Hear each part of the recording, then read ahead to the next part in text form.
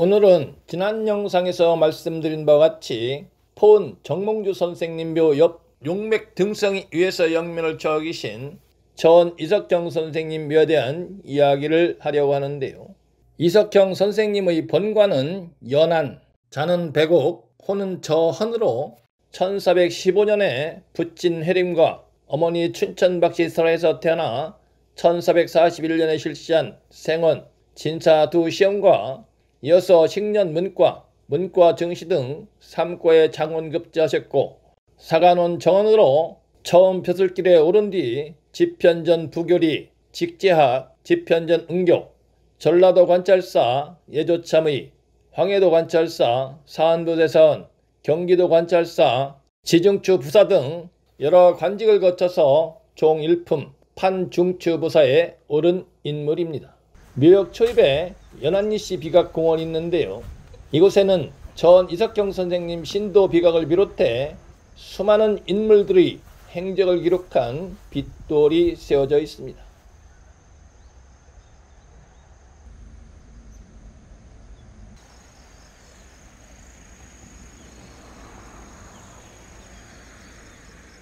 이제 묘지로 올라가 보겠습니다.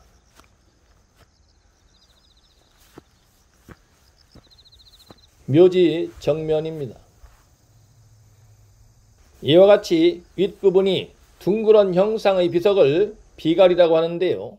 비갈에는 유명 조선 좌리공신 행판중추부사 연성부원군 증시문강 이공석형 지묘 증정경부인 연일정씨 지묘라 되어 있네요. 우측에 문인석이 2개가 서 있고 좌측에도 역시 2개의 문인석이 세워져 있습니다.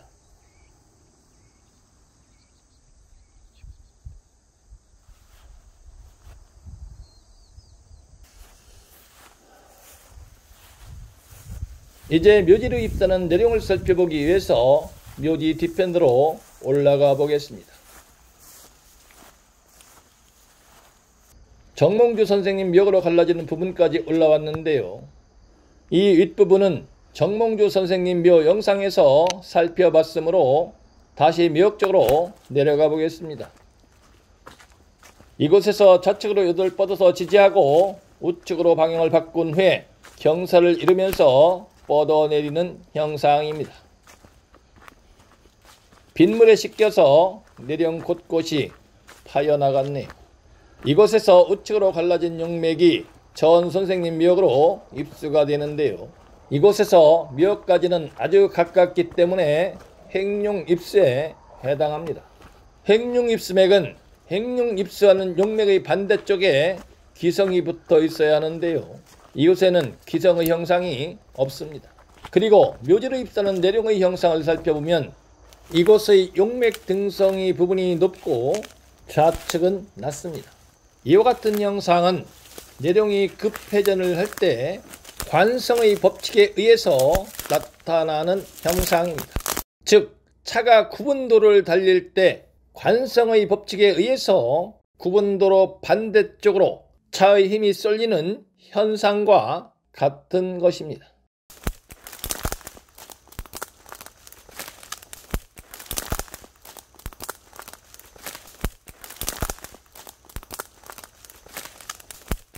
그리고 행룡입수맥은 갈라지는 부분부터 용맥의 등성이가 넓어야 하는데요. 이곳은 그리 넓지 않습니다.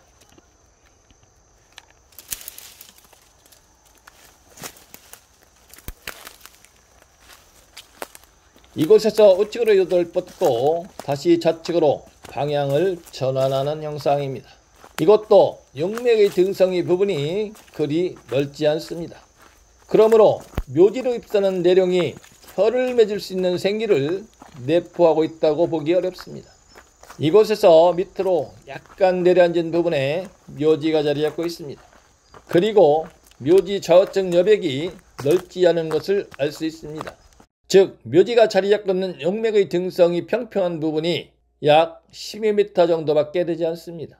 또한 혈장의 사회권 중에 하나인 선익의 형상도 없습니다.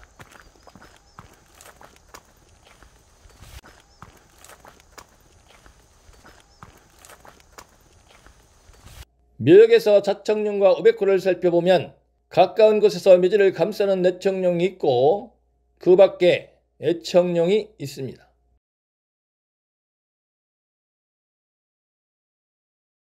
그리고 정몽주 선생님 묘역으로 뻗어내리는 내백호가 있고 제칠 뒤쪽으로 길게 뻗어내리는 애백호가 있습니다.